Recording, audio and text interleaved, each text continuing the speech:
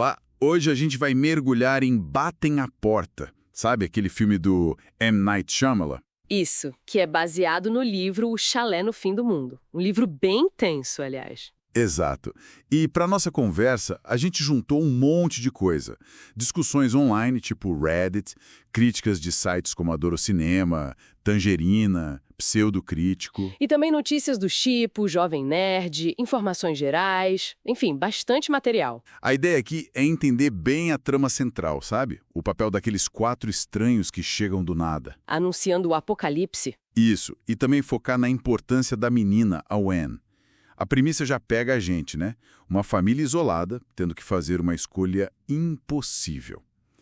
Então, vamos lá. Bom, a história começa com o Eric, que é o Jonathan Groff, e o Andrew, Ben Aldridge. Eles são um casal. Certo. E estão de férias com a filha adotiva deles, a pequena Wen, interpretada pela Kristen Cui. Tudo numa cabana bem remota, buscando paz. Só que essa paz não dura muito, né? Nem um pouco. Porque aí chegam 4 pessoas. O Leonard, que é o Dave Bautista. Sim. O Redmond, o Rupert Grant. A Sabrina, Nikki Amuka Bird. E a Adriane, Abby Quinn. E eles não chegam pra tomar café. Vêm armados com umas ferramentas bem esquisitas, improvisadas mesmo. E com uma missão, digamos. Sinistra. Totalmente. Essa é a espinha dorsal do filme, né? A família precisa escolher voluntariamente um dos 3 pra sacrificar. E se eles não escolherem, ou demorarem? Então, segundo os estranhos, o mundo começa a acabar. Vem praga atrás de praga. Tsunami, doença, avião caindo. Eles até veem isso na TV. Que horror. E pra piorar, pra pressionar mais, né?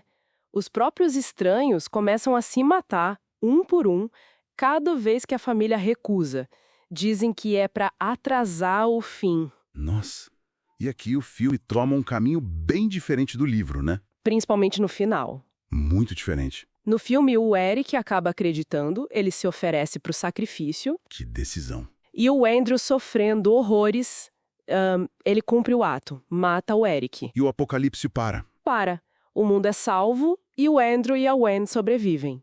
É um final mais... Fechado. mais conclusivo. E no livro? No livro é bem mais sombrio e aberto. A Wen morre sem querer num acidente com a arma. Nossa. Aí o sacrifício como exigido não acontece, o apocalipse fica ambíguo, a gente não sabe se aconteceu ou não, e o casal sobrevive, mas vai para um futuro totalmente incerto. Uvão, que mudança drástica. Isso deve ter gerado debate. E gerou. Muita gente viu o final do filme como mais seguro, talvez meio hollywoodiano, sabe? Perdeu aquela ambiguidade forte do livro. Entendi. Mas o curioso é que o próprio autor do livro, o Paul Tremblay, falou que achou o final do filme, de certa forma, até mais sombrio que o dele. Mais sombrio. Por quê? Talvez porque o filme confirma que o apocalipse era real e o sacrifício era mesmo necessário, né? Tira a dúvida. Faz sentido. Mas vamos voltar um pouco para esses 4. Os atores apocalípticos, como algumas fontes chamam.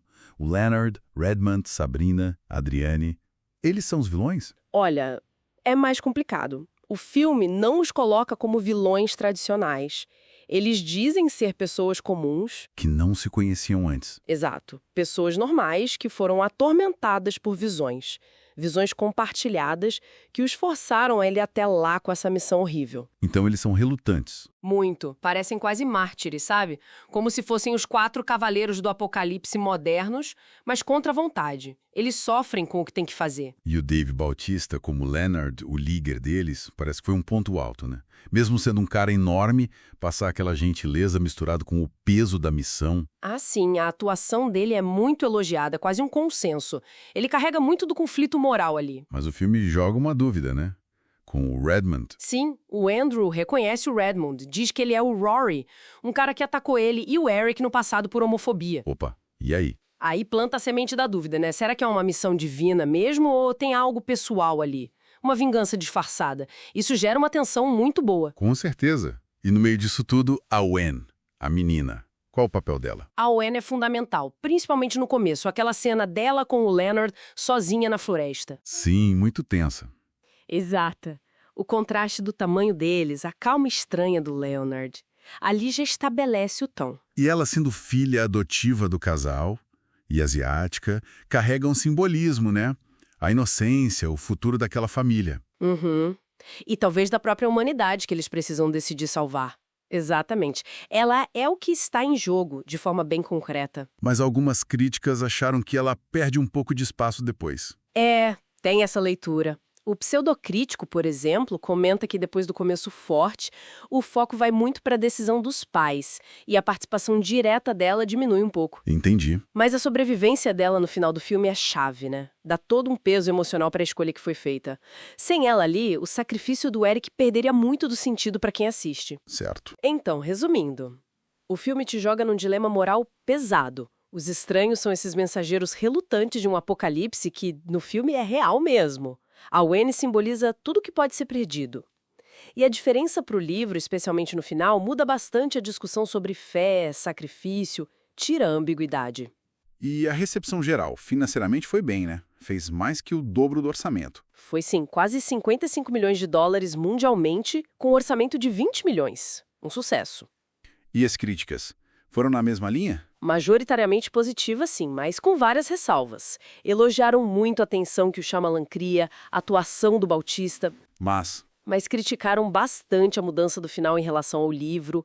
Alguns acharam os pais meio rasos e apontaram um certo didatismo do diretor em explicar as coisas. Entendi. E a questão da família ser homoafetiva, como isso foi visto? Gerou debate também. Muitos viram como representatividade positiva, vinda direto do livro, mostrando que o amor familiar é universal, né? Que essa é a humanidade que vale a pena salvar. Mas teve o outro lado. Teve. Principalmente em fóruns tipo Reddit, apareceu a conexão com aquele tropo problemático do mate seus gays, sabe?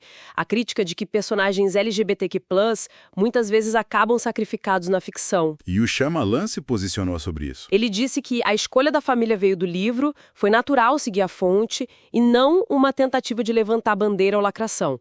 Foi fidelidade ao material. Interessante. Então, para fechar, o filme confirma o apocalipse, confirma a necessidade do sacrifício.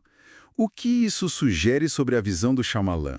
Sobre fé, talvez uma fé mais cega, sobre o custo para salvar o todo e essa ideia de um destino meio inescapável de sofrimento para alguns grupos em nome do bem maior.